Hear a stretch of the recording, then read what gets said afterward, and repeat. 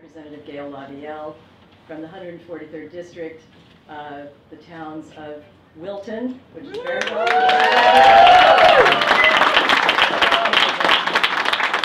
Very proud of them, and Norwalk and Westport. And I sit on the Education Committee, so I will have the pleasure of hearing a lot of testimony. And I think it's a wonderful illustration of people being very, very involved. These three bills, which I'll try to give you a little bit more background on, these three bills hit a nerve with people all over the state. And the opposition to them is absolutely visceral. And the reason why is because it strikes at the heart of something that is very important to people everywhere, and that's their children and how they're educated. Now, I've been asked several times, what's the reaction to these bills? What are people telling you? And as it happens, I don't have to guess. This is a petition that came up from the grassroots with more than 8,300 signatures against these three bills. There are more than 3,500 pieces of testimony that have been submitted to the Education Committee by email. And there's a Facebook page, Hands Off Our Schools, that again is very grassroots and has more than 4,500 members. And I don't have to tell you, my email box is exploding and continues to do so even today. So why is this? People see their local schools as the heart and soul of their towns, and they simply don't feel that people outside their communities should be dictating how they should educate their children. And if their districts want to regionalize, they want the decision to be voluntary, not mandated, and they want to have a say in it. So here's a very quick review of the bills. Senate Bill 738, introduced by Senator Looney, requires all school districts statewide in towns with fewer than 40,000 people to, quote, align in a manner similar to the probate districts, close quote, by consolidating with other districts, and to do it by 2021 with or without legislative approval. Senate Bill 457, introduced by Senators Austin and Duff, requires school districts with fewer than 2,000 students to consolidate regionally to belong to a district with more than 2,000 students. Senate Bill 874 is Governor Lamont's bill.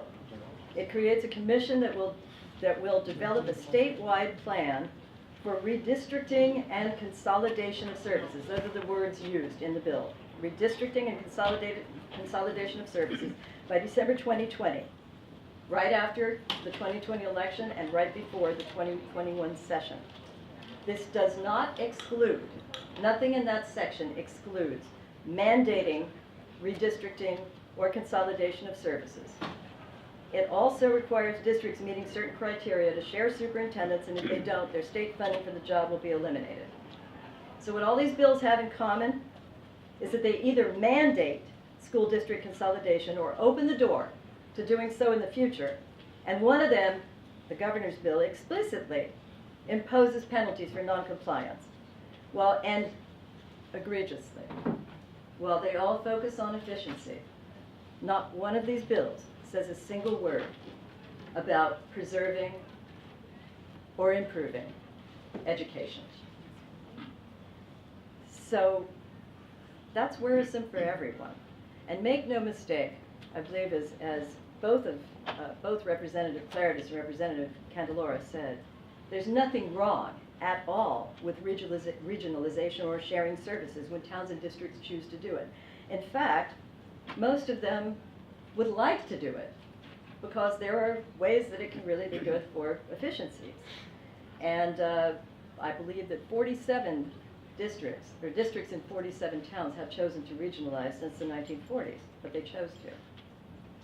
We've heard from the proponents of all of these bills that what they really want to do is start a conversation and help districts do this.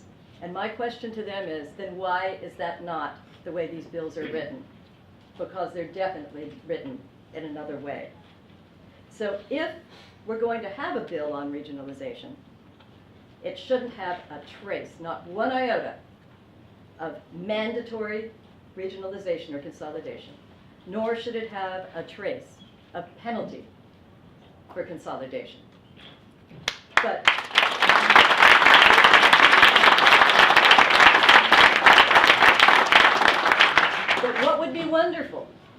would be if it focused on eliminating any barriers that remain to districts that want to regionalize, like burdensome mandates, binding arbitration, certain statutes that govern collective bargaining agreements.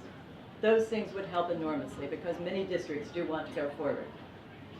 But right now, as they are, none of these bills will help children learn, none of them will serve our communities, and none of them will inspire confidence among prospective residents of these towns.